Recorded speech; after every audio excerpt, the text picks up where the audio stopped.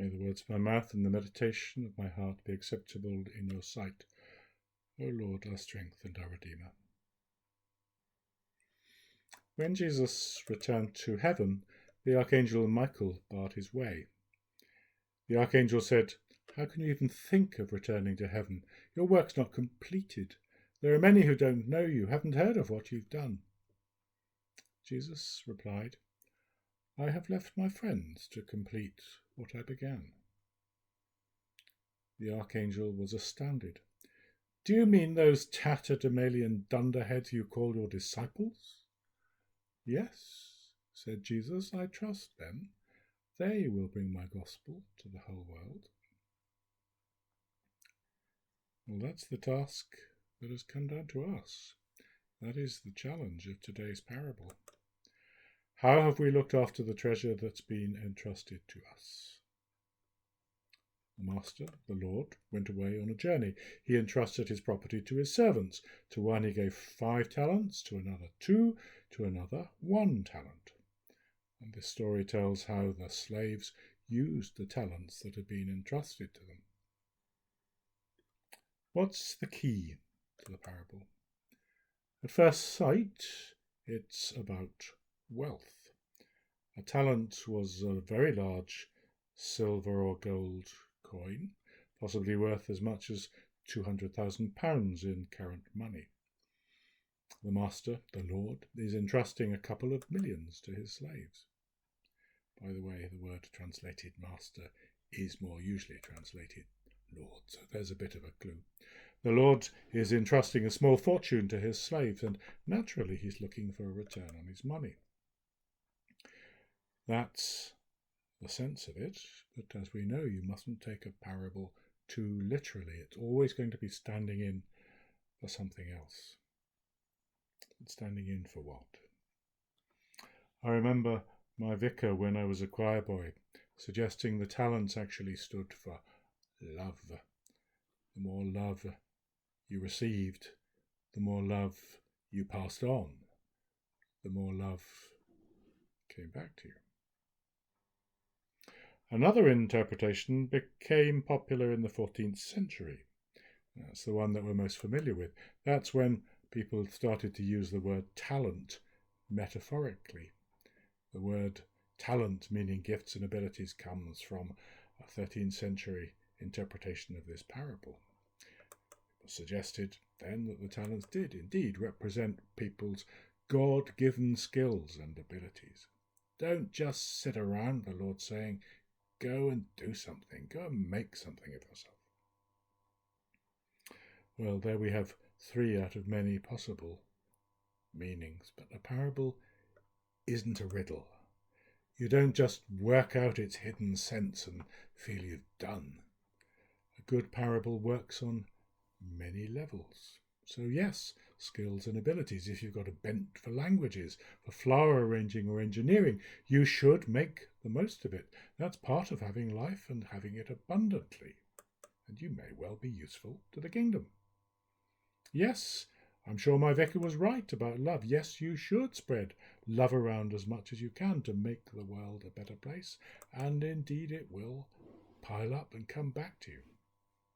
And even with money, Jesus was apprehensive about money, of course. You can't serve God and mammon, he said. But money, if it is evil, it is at least a useful evil.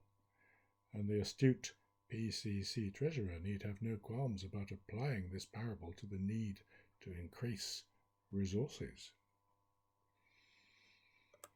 But I don't think any of these interpretations hit the nail on the head. We're at Matthew's 25th chapter.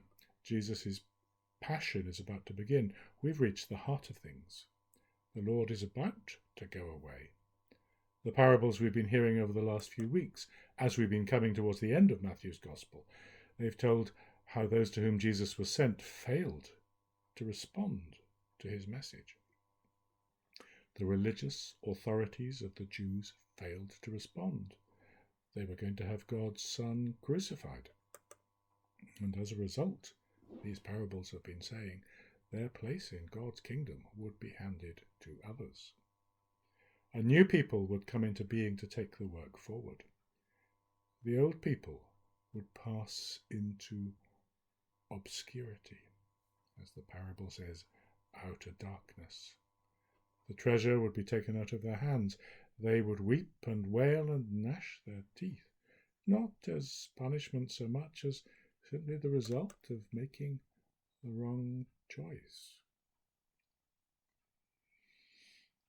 All Jesus' parables, without exception, are about the kingdom of heaven, and this one is no exception.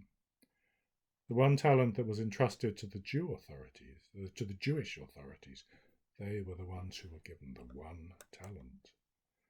The two that were left with those who prevaricated, who hoped to be able to remain Jewish, go to the synagogue on Saturday, but be in church for the early service on Sunday, these were to be eclipsed by the church led by the apostles, the one to whom the 5 talents were entrusted. The holy people of God, whose latest skill they've learnt is how to worship the Almighty via Zoom and YouTube.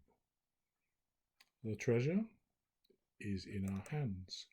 The growth of God's investment is up to us. A clergy friend on Facebook said this week she was bored preaching about COVID week after week, but she couldn't see any way of breaking away from it. She felt just trapped. Well, I found rather the opposite. It's an irritant.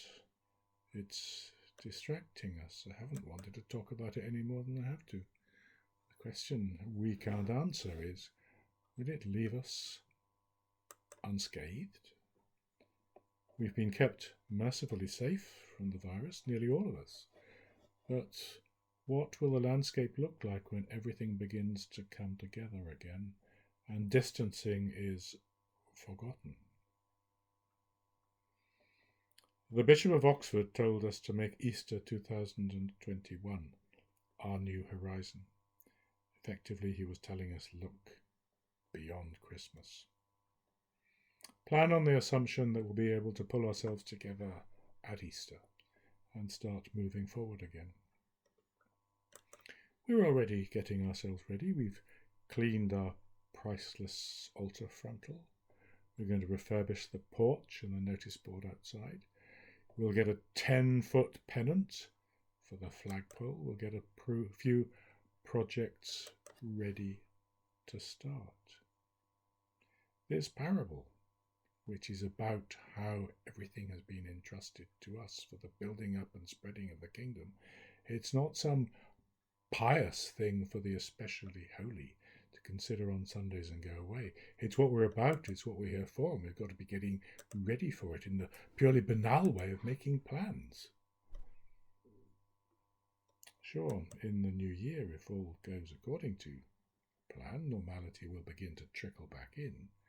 But I think, psychologically, we'll need a moment. We'll need an exact time when we can say, right, everybody, blow the whistles, ring the bells, let's get those talents out and start working on them again. Let's resume the business of giving the Lord a measurable return on the treasure we've been given to look after.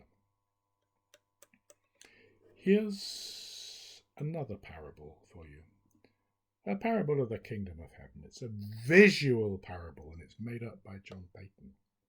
It's a bit banal compared with the story of the talents, but as a visual parable, it's an image I'd like to lodge in your mind.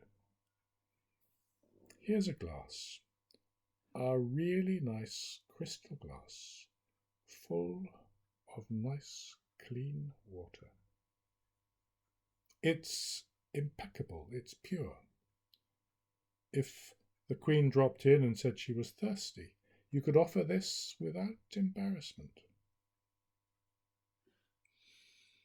Here's a vitamin C tablet.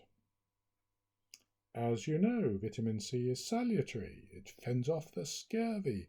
It helps wounds to heal. It keeps your cells and tissues healthy. There's nothing wrong with being simply pure and immaculate and still. But on Easter Sunday,